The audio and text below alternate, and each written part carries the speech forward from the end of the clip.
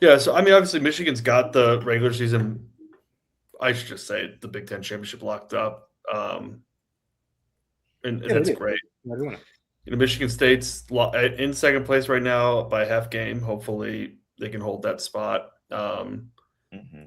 I would just love for this team to get a win over Michigan. I think that it's the only thing their resume is really missing at this point. It would also be a huge win for the resume, regardless of it being a Michigan versus Michigan State game. But That locks in a 2 seed, I think. I think so too. I really think so. And some places already have us as a 2 seed. Um, the Big Ten tournament typically doesn't do much, if anything, for seeding. So, I think a win versus Michigan pretty much locks in a 2 seed.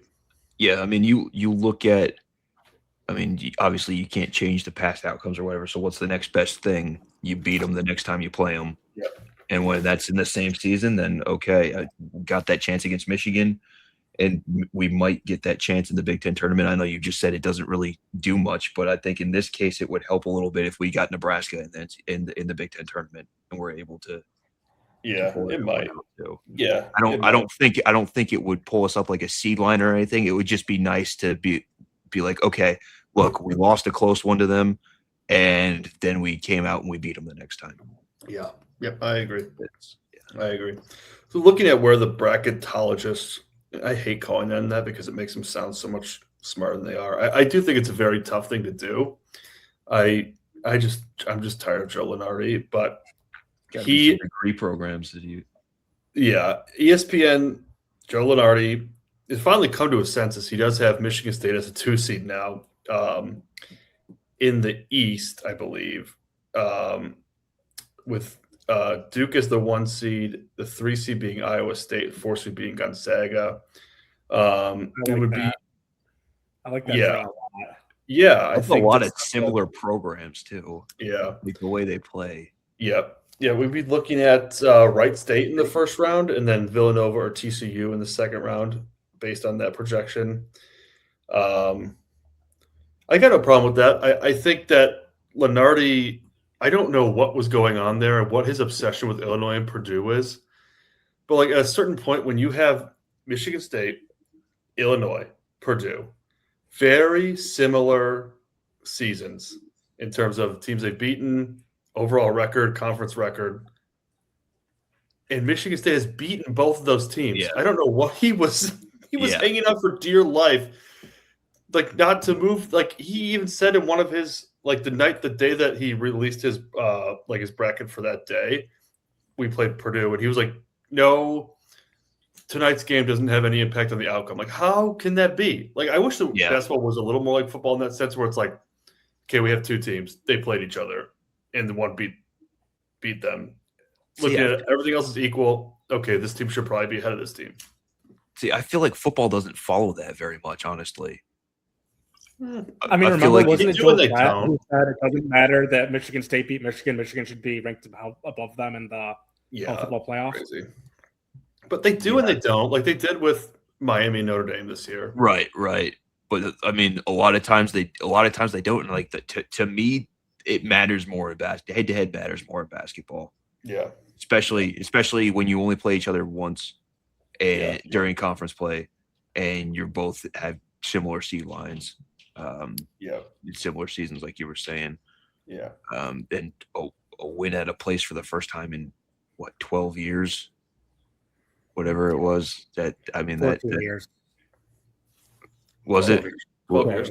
12 years. Yeah. 12 years. Yeah. So, I mean, it just it has. I mean, plus it's a bigger tournament field, so there's splitting hairs between seeds a lot more. Yeah, so good point. Yeah, but I'd be fine with that draw. I mean, I think there's no 1 seed that I'm dying to avoid at this point, just because I think they're all pretty good. So I do want to ask: is Charlie Baker? Please do not expand this field and ruin the tournament. Yeah, don't do that. Please do. Seriously, I am so sick of the conversation. I agree, but also I don't think there's anything they could do that could actually ruin the tournament. I think it'd still be. Yeah, I don't know. it's one of those things. It's like, don't fix what's not broken. Yeah. I wasn't really even on board with the 68 teams, to be honest. I was fine with 64, 65. Yeah, I don't really know, like, what does bumping it to 72 really do that's so bad? But also, like, again, this is the one, like, really good thing left of college sports. Like, don't touch it. I just think, like you said a second ago, if it ain't broke, don't fix it. Yeah, it's one of the most entertaining parts of college sports. Yeah, I agree. CBS Sports has this also as a 2 seed in the West. Arizona 1 seed, Gonzaga 3 seed, Kansas 4 seed.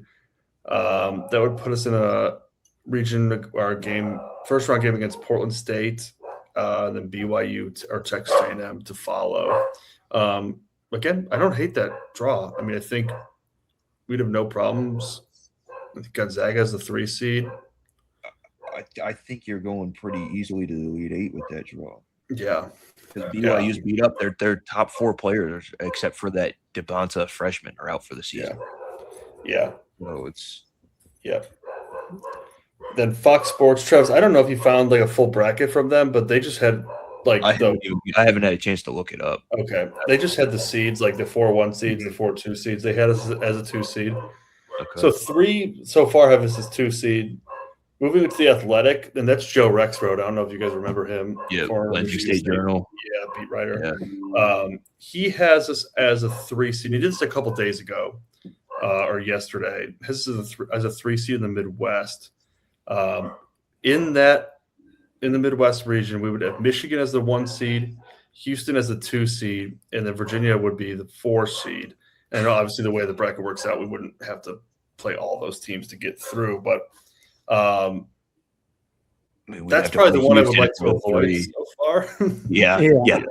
That's ruthless. I mean, first round matchups, first weekend matchups, Navy, and then either St. Louis or Santa Clara. So I think they're pretty easily in the Sweet 16 there. But St. Louis is a ranked team, so that's kind of dangerous too. Yeah. But what worries me the most is I don't want to see Kelvin Sampson in March. Are you kidding me? Yeah, I would like to avoid Houston. Yeah. I mean, that's like Mr. March versus Mr. March. Yeah. That might be for naming rights. I don't need that. Yeah. They played such incredible defense, and then this year their offense is even better than it always has been. It's a scary thought. Rexroad was on the Couch on the Roof podcast today, and he was talking about MSU being a 2 seed. So I don't know if he's planning on moving them up or if it was if they beat Michigan kind of thing. But I think he was very much in the mindset of they're locked into a 3, but I could have them as a 2. So I don't know if that's an update that's coming or if they need to win one more game or what. Just thought I'd that. I don't know how often the Athletic updates their stuff. Yeah, I don't think he's not like an everyday guy like Lenardi. Yeah.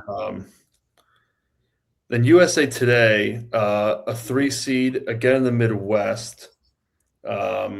Michigan as the 1, Houston as the 2, Virginia as the 4. So pretty much the same as Rexroad, which is a little scary that two outlets have that. But they had us playing Eastern Tennessee State in the first round, and then Kentucky or Miami of Ohio in the following round. Okay, Miami of Ohio would be so annoying. But I would not really care for either of those teams, to be honest with you. I mean, you look at, I think Miami of Ohio is like 60-something in the net, even though they're undefeated, but I mean, it's still an undefeated team. Yeah. You don't want to be on either side of that. Like, as a fan, schedule is so bad, though. Yeah. I'm just saying, like, you kind of want to beat them, but you also, like, as a fan, you kind of want to see a team go undefeated sometimes too. Yeah. So, well, I think we would want to, like, when it's a likable team like that, and not like a Duke. Yeah, they might not even get in. Like, if they don't win the MAC tournament, they're not like. I mean, they probably should, but there's no guarantee that they would be. I mean, look, if. I get that they're not that great a team and they got an easy schedule or whatever, but if you go 31-0 in the regular season, you shouldn't be left out of the NCAA tournament. I tend to agree with you. I would like to see, and this is Graham Couch's take. He's like, if they didn't make any effort to play a stronger schedule, like if they didn't reach out to teams for non-conference games and they just play this easy schedule and they don't win their tournament, they don't get in, tough luck. And I think I agree with that. But if it came out, they tried to play Alabama, they tried to play Kentucky or somebody, and they didn't, and they wouldn't play them. Yeah. Well, then I think it's a different story. No, there's no way to find that out, but it's tough. I think the MAC obviously just really is looked down on as a basketball conference, unfortunately. I mean, it's any revenue sport conference. Yeah. So one more thing about Miami of Ohio. Yeah. Their coach had a great freak out. He did. This has been a great year of coaches freaking out. What was that against Western? Yeah. Oh, yeah. That was when he said the other night. When he pushed the speaker down. Yes. Yeah. That was pointing at people. Bill Self getting thrown out the other night, last night maybe. That was good too. Coaches have been unhinged, man. Yeah, good season for unhinged coaches. Yeah. I think college coaches really just become unhinged more than anybody else. They just stopped giving a shit. They're like, okay, we're just the least adjusted people on the planet. Yeah. This is on camera. They can see you. Yeah.